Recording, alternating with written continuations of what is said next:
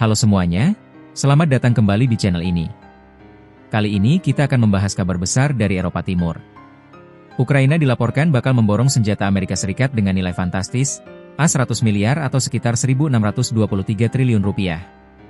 Kesepakatan ini muncul setelah Presiden Volodymyr Zelensky bertemu Presiden Donald Trump di Gedung Putih.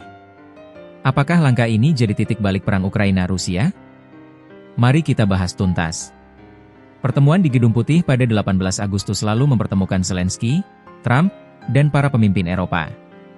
Fokus utama adalah masa depan Ukraina, prospek perdamaian, dan jaminan keamanan dari NATO serta Amerika. Namun, beberapa hari sebelumnya, Trump juga sudah bertemu Presiden Rusia Vladimir Putin di Alaska. Jadi, banyak yang menilai kesepakatan senjata ini adalah respon langsung Kiev atas potensi rekonsiliasi Amerika-Rusia. Dokumen yang diperoleh Financial Times menyebut, Ukraina akan membeli senjata A senilai 1.623 triliun rupiah, didanai oleh Eropa. Ada juga perjanjian tambahan senilai $50 miliar atau 811 triliun rupiah untuk produksi drone oleh perusahaan senjata Ukraina. Meski detailnya belum lengkap, Kiev sudah terang-terangan ingin membeli 10 sistem pertahanan udara Patriot. Rudal-rudal modern untuk melindungi kota besar serta infrastruktur vital. Kenapa Ukraina borong senjata sebanyak ini? Ada beberapa alasan utama. 1. Perlindungan kota besar Kiev, Kharkiv, Odessa, dan Dnipro kerap jadi target rudal Rusia. 2. Infrastruktur energi, Rusia sering menyerang pembangkit listrik dan jaringan energi Ukraina. 3. Kekuatan udara, Patriot dianggap sistem terbaik untuk menangkis rudal balistik maupun drone kamikaze buatan Iran yang dipakai Rusia.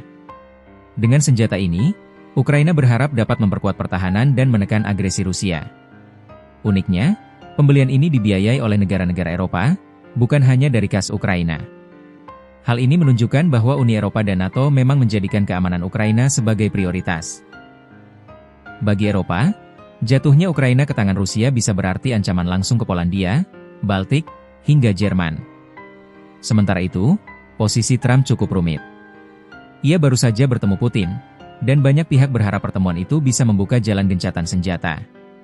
Namun, yang terjadi justru sebaliknya, AS malah memperkuat Ukraina dengan kesepakatan senjata jumbo. Apakah ini strategi Trump menekan Rusia di meja perundingan? Atau justru sinyal bahwa AS tidak akan membiarkan Ukraina jatuh? Dalam dokumen yang sama, Ukraina menegaskan, mereka tidak akan menerima kesepakatan damai yang melibatkan pelepasan wilayah. Gencatan senjata hanya dianggap sebagai langkah awal menuju perdamaian penuh, tanpa konsesi pada Putin. Zelensky menolak usulan Rusia menarik pasukan hanya dari perbatasan Luhansk dan Donetsk.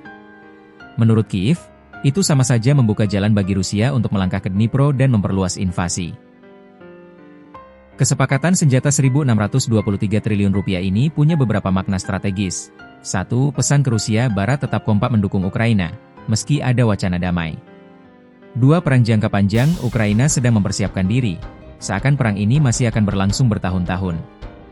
3. Perang industri investasi drone senilai 811 triliun rupiah menunjukkan bahwa perang masa depan akan bergantung pada teknologi tanpa awak.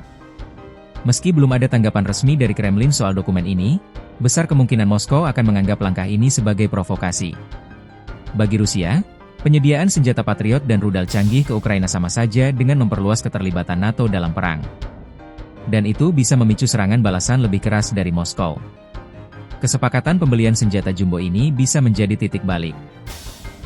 Bagi Ukraina, ini adalah upaya bertahan hidup. Bagi Rusia, ini bisa dianggap tantangan besar. Dan bagi dunia, langkah ini bisa mempercepat perdamaian, atau justru memperpanjang perang. Bagaimana menurut kalian? Apakah pembelian senjata 1.623 triliun rupiah ini solusi bagi Ukraina, atau justru pemicu eskalasi lebih besar dengan Rusia?